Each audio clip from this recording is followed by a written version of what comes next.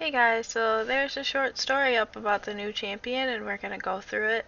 And I'm gonna read it, and then we'll see all the pictures and other things that are included in this short story. So it's called The Bird and the Branch, and this little symbol here looks a lot like the artwork that was used when Azir came out and all the other Shrima characters. So that's what this reminds me of a lot.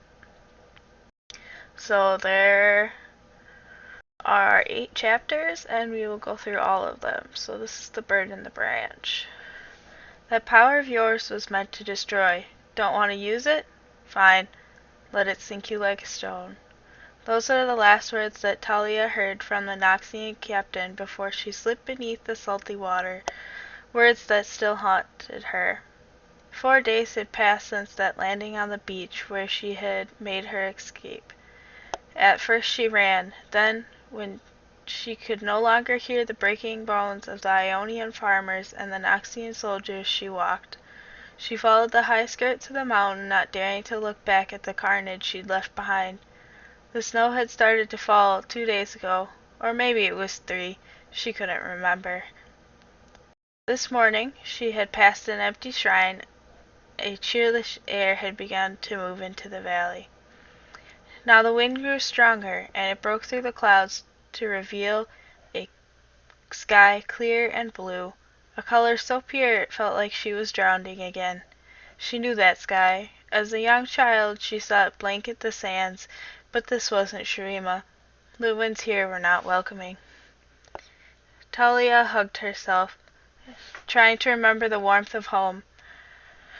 Her coat kept out the snow, but the cold air crept in. The invisible loneliness snaked around her, sinking deep into her bones. The memory of being so far from those that she loved, she now dropped to her knees. She shoved her hands deep into her pockets, her shaking fingertips tumbling like well-worn stones for warmth. I am hungry. That is all this is, Taliyah said, to no one and everyone. A hare, a little bird, great weaver, I would like to take a mouse. I would even take a mouse if it showed itself. As if on command, a small crunching in the powdered snow revealed. As if by command, a small crunching of powdered snow sounded several strides away from her. The culprit, a gray handful of fur no bigger than her 2 fists, popped its head out from the snow. "Thank you," she whispered through chattering teeth. "Thank you, thank you." The animal looked at Taliyah inquisitively, and she took one of the smooth stones from her pocket and slipped it into the leather pouch of her sling. She wasn't used to throwing from a kneeling position, but if the great weaver had given her this offering, she wasn't going to waste it. The little animal continued to watch as she wound the sling once, seating the small rock. The cold gripped Taliyah's body and gave her arm a jerky feel. When she had enough speed, she unleashed the stone, and, unfortunately, a harsh sneeze. The stone skipped along the snow, narrowly missing her would-be meal. Taliyah rocked back, the heavy weight of frustration erupting in a gurgled growl that echoed in the silence around her. She took a few deep, clearing breaths, and the cold burning her throat. "Assuming you are anything like the sand rabbits, where there's one of you, there are a dozen close by," she said to the patch where the animal had been, her defiant optimism returning. Her gaze lifted from the burrow to more movement down the valley. She followed her winding tracks through the snow. Beyond them, through the sparse pines, she saw a man in the shrine, and her breath caught. His wild, dark hair, tangled in the wind as he sat, had bowed to his chest. He was either sleeping or meditating. She sighed in relief. No Noxian she knew would be caught doing either. She remembered the shrine's rough surface from earlier as her hands had run along its carved edges. Taliyah was shaken from her reverie by a sharp crack. Then the rumble started to build. She steadied herself for a rolling earthquake that did not arrive. The rumbling grew into a steady, terrible grinding of compacted snow on stone. Taliyah turned to face the mountain and saw a wall of white coming for her. She scrambled to her feet, but there was nowhere to go. She looked down at the rock peeking through the dirty ice, and thought of the little animal safe in its burrow. She desperately focused, pulling on the rough edges of the visible rock. A row of thick columns sprang from the ground. A stone blockade reached far over her head as the crushing white avalanche slammed into it with a heady woof. The snow rushed up to the newly made slope and spilled like a glittering wave into the valley below. Taliyah watched as the deadly blanket filled the little glen covering the temple. As quickly as it had begun, the avalanche was over. Even the lonely wind stilled. The new muffling silence weighed heavily on her. The man with the wild dark hair was gone, entombed somewhere beneath all that ice and rock. She was safe from the snowslide, but her stomach lurched from sickening realization. She hadn't just brought harm unto the unsuspecting innocent, she had buried him alive. Great Weaver, Taliyah said to no one and everyone, what have I done? So this is chapter 2. Taliyah picked her way down the snow-covered hillsides, getting in places and plunging thigh-deep into others. She hadn't run from the Noxian invasion feat to then accidentally kill the first Ionian she saw. And knowing my luck, he's probably a holy man, she said. The pines in the valley had been reduced to spindly bushes half of their own size. Only the tip of the shrine broke through the snow surface. A string of tattered prayer flags had twisted themselves into knots, marking what used to be the far end of the glen. Taliyah scanned the area, looking for any trace of the man that she had committed into the ice. When she'd last seen him, he had been under the temple's eave. Perhaps it had sheltered him. As she made her way to the temple, closer to the trees and far away from the sweep of the avalanche, she saw 2 fingers that had broken through the surface. She half trudged and half ran to those pale fingertips. Please don't be dead. Please don't be dead. Please. Taliyah dropped carefully to her knees and started to scoop away the icy powder. She uncovered the fingers as strong as steel. She reached in and gripped the man's wrist, her own clenching fingers barely obeying. Her teeth chattered, shaking her body and drowning out any pulse of life that she might have felt in the man. If you're not dead already, she said to the man beneath the snow, then you've got to help me. She looked around. There was no one else. She was all he had. Taliyah let go of his fingers and backed away a few paces.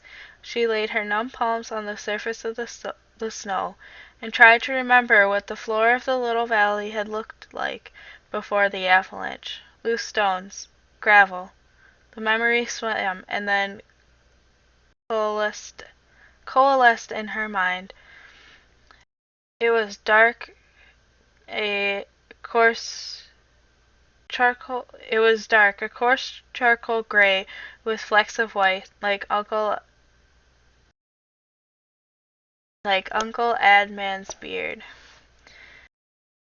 Taliyah held tightly to the vision as she pulled it up from the deep snow. Taliyah held tightly to the vision as she pulled up from the deep below the snowpack. The crust of ice erupted in front of her, quickly followed by a towering ribbon of granite balanced on a lone figure. And then suddenly flexible stone wavered at its peak, as if looking for her for guidance. Unsure of any safe landing, Taliyah pushed them both towards the spindly pines, hoping their boughs might break his fall.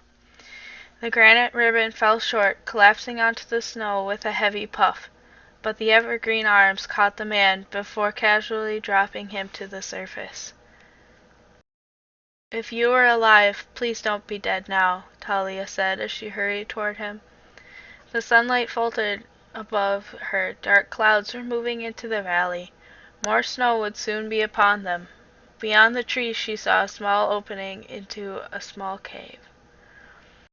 Taliyah blew warm breath onto her hands and willed them to stop shaking. She bent close to the man, reaching out to touch his shoulder. He let out a pained grunt. Before Taliyah could pull back, there was a quick breeze and a metallic flash. A sharp, cold edge of the man's blade pressed to her throat. Not time, not yet time to die, he said in a broken whisper. He coughed, and his eyes rolled back into his head.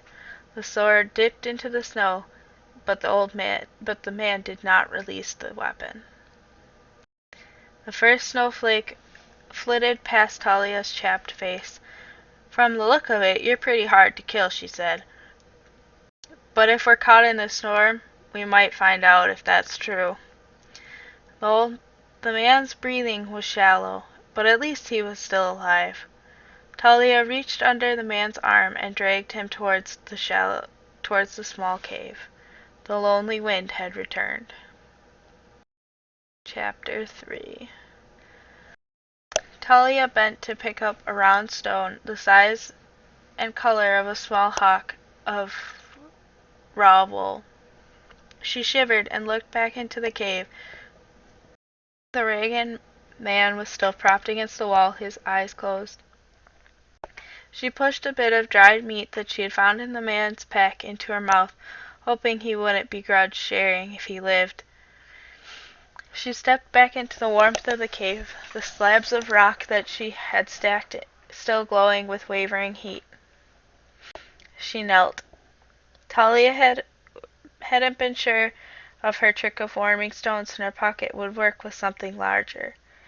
The young Shuriman closed her eyes and focused on the stack of rocks. She remembered the blistering sun on the sands, the way the heat sank deep into the earth long into the night. She relaxed and loosened her coat as the dry warmth settled around her, then set to work on the stone in her hands. She turned it, wrapping and pushing it with her thoughts until they hollowed like a bowl. Satisfied, she returned to the cave, opening her newly formed dish. A male's voice groaned behind her.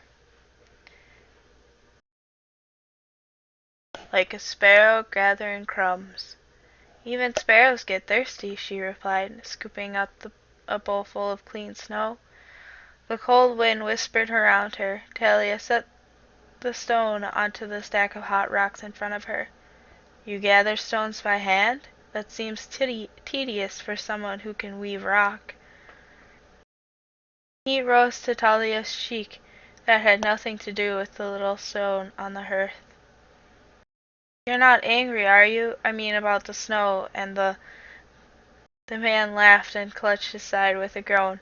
"Your actions tell me all I need to know." He gritted his teeth and held the edge of a smile. "You could have left me to die." "It was my mistake that put you in danger. I wasn't going to leave you buried in the snow." "My thanks. I could have done without the tumble through the trees."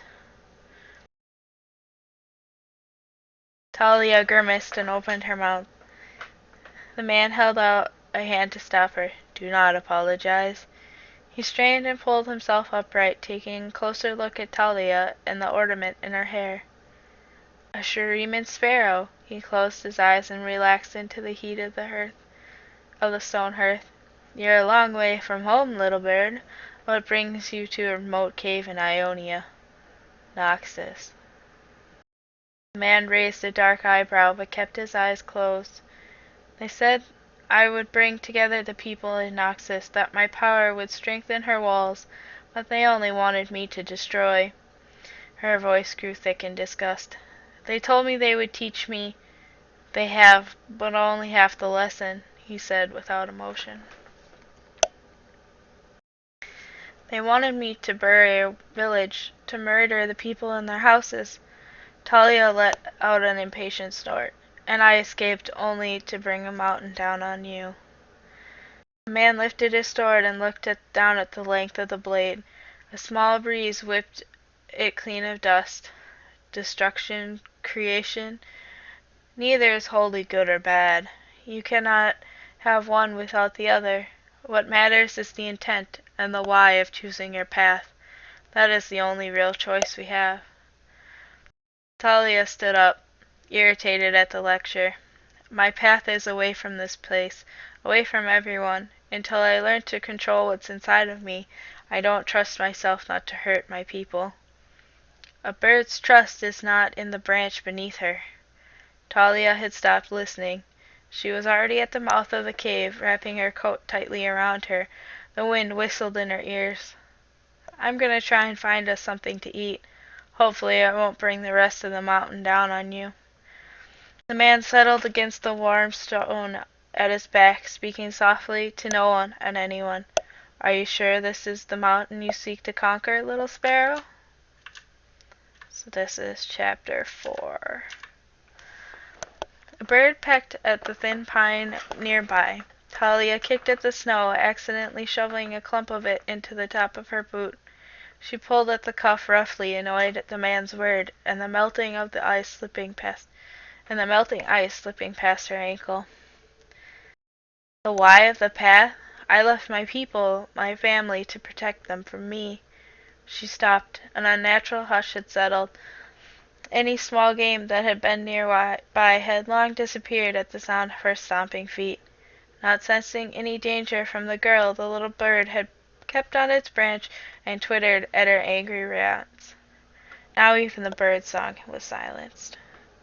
Taliyah stood cautiously. In her anger she had wandered farther than she had intended from the cave. She was drawn more to the stone than to the wood. She had absently followed the exposed ridge until she found herself looking down from a rocky cliff. She didn't think the man would follow her, yet she sensed someone watching her.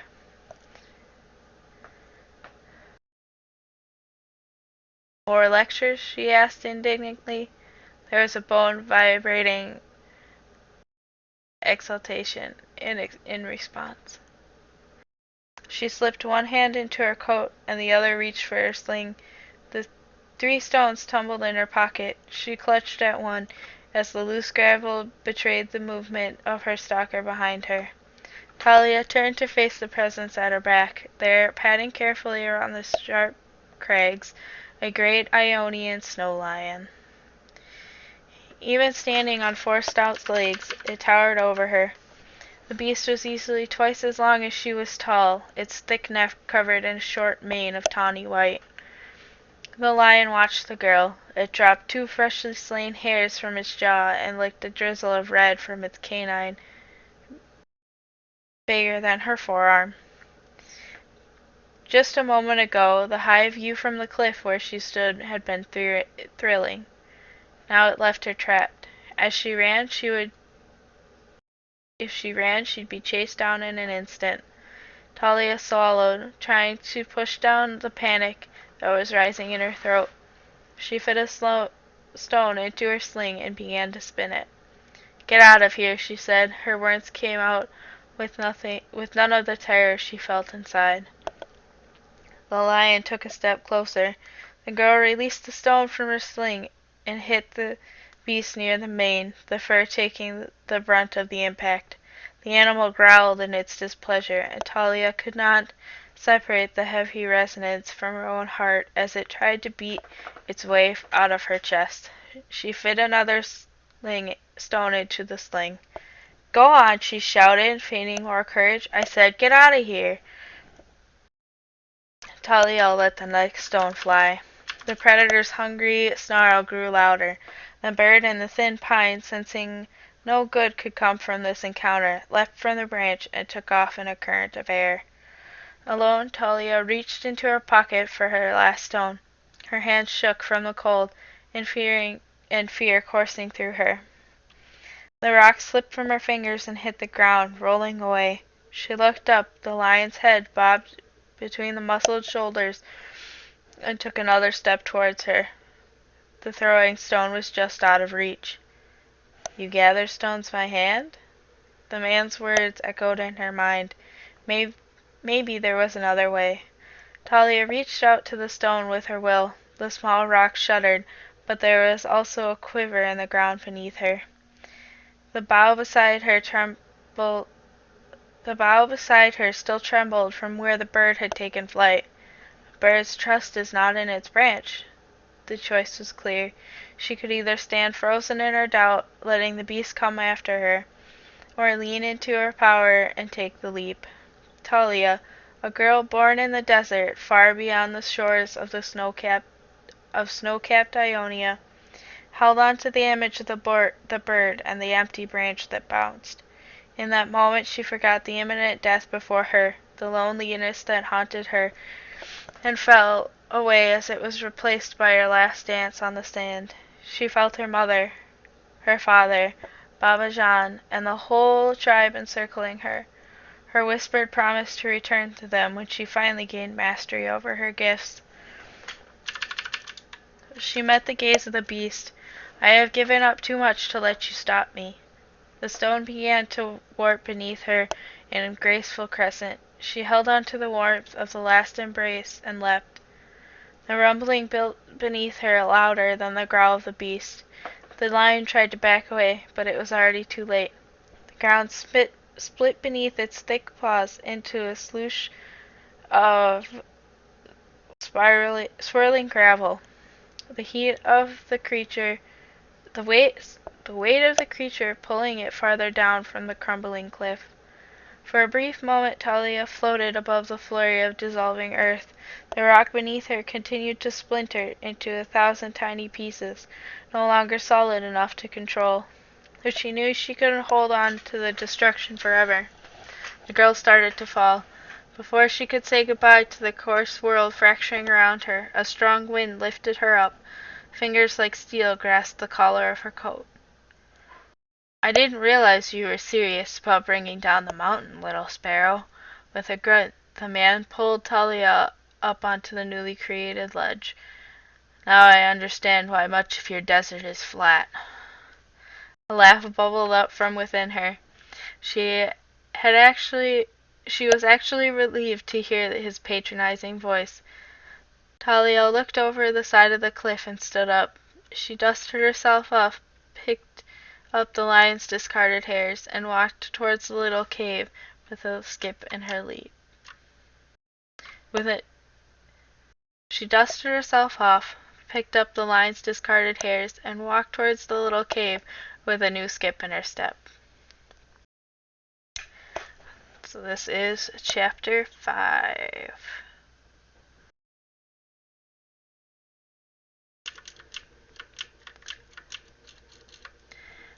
Taliyah bit her bottom lip. She looked around the inn, excitedly bouncing in her seat. The evening was late, and the wooden tables sparsely populated. It had been so long since she'd been around people. She looked at her grim companion, who insisted on the darkened corner booth. The man now served as her teacher.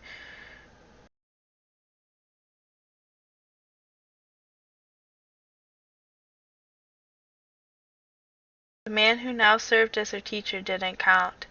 The scowl that he had worn since agreeing to a meal at the remote inn offered little in the way of camaraderie. When it was clear that he was much a stranger here as anyone else, he relaxed a bit and settled into the shadows, his back firmly to the wall and a drink in his hand. Now that he was no longer distracted, his concentration and watchful eye returned to her. "You must focus," he said. "You cannot hesitate." Taliyah studied the leaves swirling in the bottom of her cup. The lesson today had been a difficult one, and had not gone well. In the end, they both had been covered in dust and shattered rock. "Danger comes when your attention is divided," he said. "I could hurt anyone," she said, eyeing the new rip in the mantle. "I could hurt anyone," she said, eyeing the new rip in the mantle wound around the man's neck. Her own clothes had not fared well either. She looked down at her new overcoat and traveling skirt. The innkeeper's wife had taken pity on her, and offered what she had on hand, cast-offs left by some previous patron. The long sleeves in the Ionian style would take some getting used to, but the rich fabric was sturdy and well woven. She had kept her simple tunic, faded from so much wear, determined not to give up what was the last bit of her home that she still had left. Nothing was broken that cannot be mended.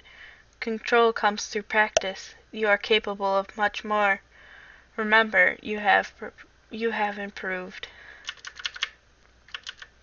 But what if I fail? She asked. The man's gaze drifted as he watched the far door of the inn push open. A pair of merchants came in, stamping off the dusty road. The innkeeper motioned to the open tables near Taliyah and the man. The first moved towards them, while the second waited for his drink. Everyone fails, Taliyah's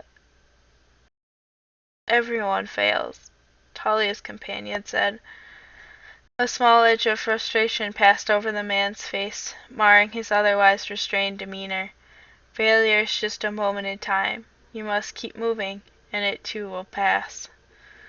One of the merchants took a seat at a nearby table and watched Taliyah, his eyes drifting from the pale lavender of her tunic to the glimmer of gold and stone in her hair. "Is that Shuriman, girl?" Taliyah did her best to ignore the merchant.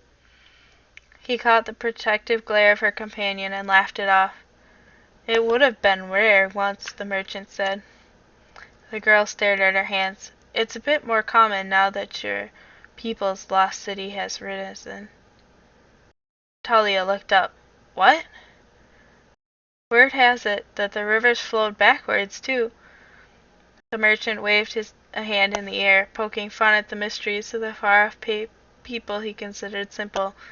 "Because your bird god has returned from the grave." "Whatever he is, it doesn't make a difference. All threatens trade." The second merchant joined the first. "They say he claims to collect his people, misses his slaves and all that." "Good thing you're here and not there, girl," the first merchant added. The second merchant looked up from his ale, barely noticing Taliyah's companion. "You look familiar," he said. "I've seen your face before."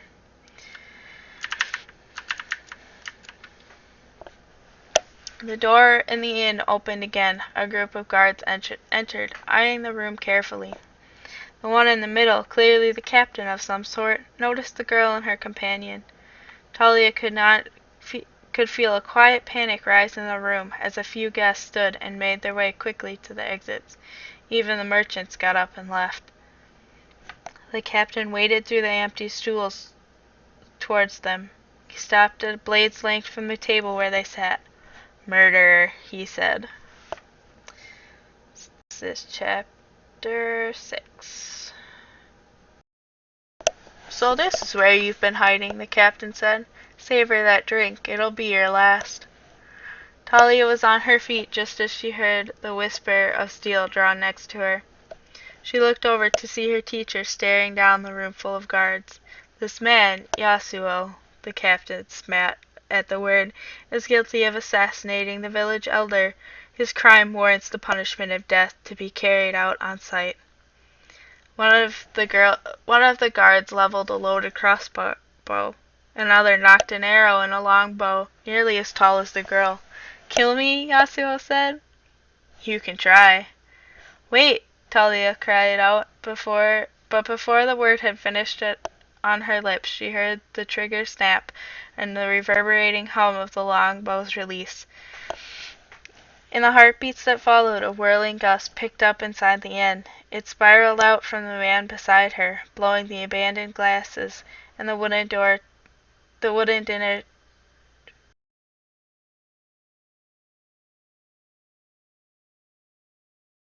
It spiraled out from the man beside her, blowing abandoned glasses and the wooden diner trenches off the table. It reached the arrows, breaking them mid-flight. The pieces fell to the ground with a hollow clatter. More guards moved in, their swords already pulled from their sheaths. Taliyah laid down a field of sharp stone, pulling up each rock through the floor in a violent explosion to keep the men at bay. Yasuo slipped through the crowd of soldiers trapped in the room. They brandished their weapons, foolishly trying to parry the sword that stormed in around them, the metal arcing like lightning. It was too late. Yasuo's blade flashed in and out of the men, trailing lethal ribbons of red in a whirlwind behind them. All those who had come for the man had finally fallen. Yasuo paused, his breathing heavy and fierce, his gaze locked with the girl as he prepared to speak. Taliyah held out her hand in warning. There at his back rose the captain, with crazed eyes and a broken smile.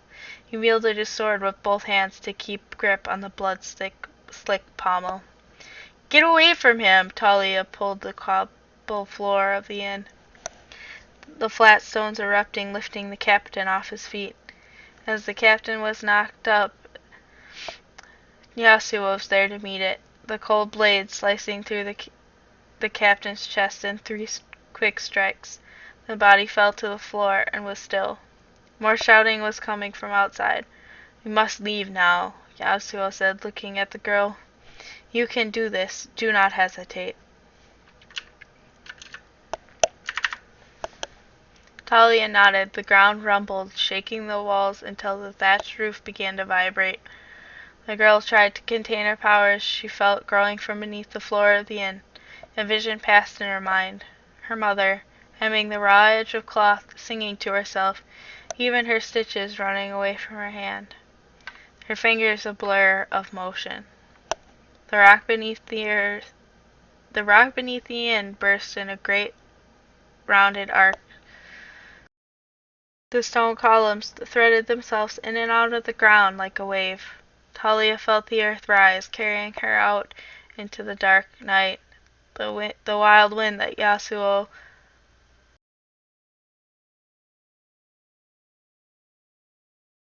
Taliyah felt the earth rise, carrying her into the dark night, the wild wind that was Yasuo following close behind. This is chapter 7.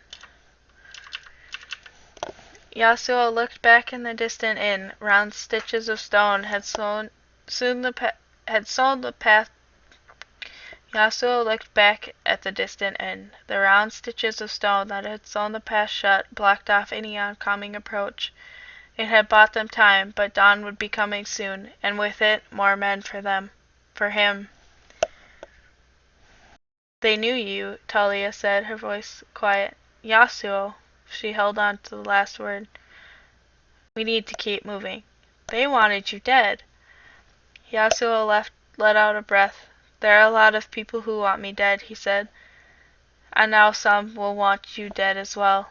If it matters, they named a crime I did not commit. I know." Yasuo was not the name the man had given on their journey, but it did not matter. She had not asked about his past in the time that they had traveled together. In truth, she had not asked anything of him except to be taught. He watched her mentor now. It seemed her trust was most painful to him, perhaps more than if she had thought him guilty. He turned and began walking away from her. "Where are you going?" "Shurima is to the west." Confusion rose in her voice. Yasuo did not turn back to face her. "My place is not in Shurima, and neither is yours. Not yet." Her words were cool and measured, as if he were steeling himself against the oncoming storm. "You heard the merchants? The lost city has risen. Tales to scare the tradesmen and drive up the price of Shurim and linen," he said. "If the living God walks to the sands, you don't know what that means. He will reclaim what he has lost, and the people who once served him, the tribes." Taliyah's voice strained with emotion of the evening. her words boiling over. She had journeyed so far to protect them, and now she was a world away when they needed her. She reached out, a hand's breadth from pulling on his arm, anything to make him listen, to make him see. He will enslave my family, her words echoed off the rock around them. I must protect them. Don't you understand that? A gust of wind picked up, stirring pebbles on the ground and whipping Yasuo's black hair about his face. Protect, he said, barely a whisper. Does your great weaver now watch over them? The words now came through gritted teeth. The man, her teacher, turned towards his lone student, anger flashing in his dark, haunted eyes, the raw emotion startling her. Your training is unfinished. You risk your life returning to them. She stood her ground and faced him. They are worth my life. The wind swirled around them, but the girl was immovable. Yasuo gave a long sigh as he looked back to the east. A hint of light had begun to peek on the blue-black night. The last of the turbulent gusts calmed. You could come with me, he offered. The hard lines of the man's jaw relaxed. I have heard desert meat is quite good, he said. The soft breeze tugged at the girl's hair, and then the moment was gone, replaced again by the memory of pain. But I am not finished in Ionia. Taliyah studied him quietly and then reached inside her tunic, breaking a long loose of thread. She offered the length of hand-spun wool to him. He looked at it suspiciously. It's a tradition of thanks among my people, Taliyah explained. To give a piece of yourself is to be remembered.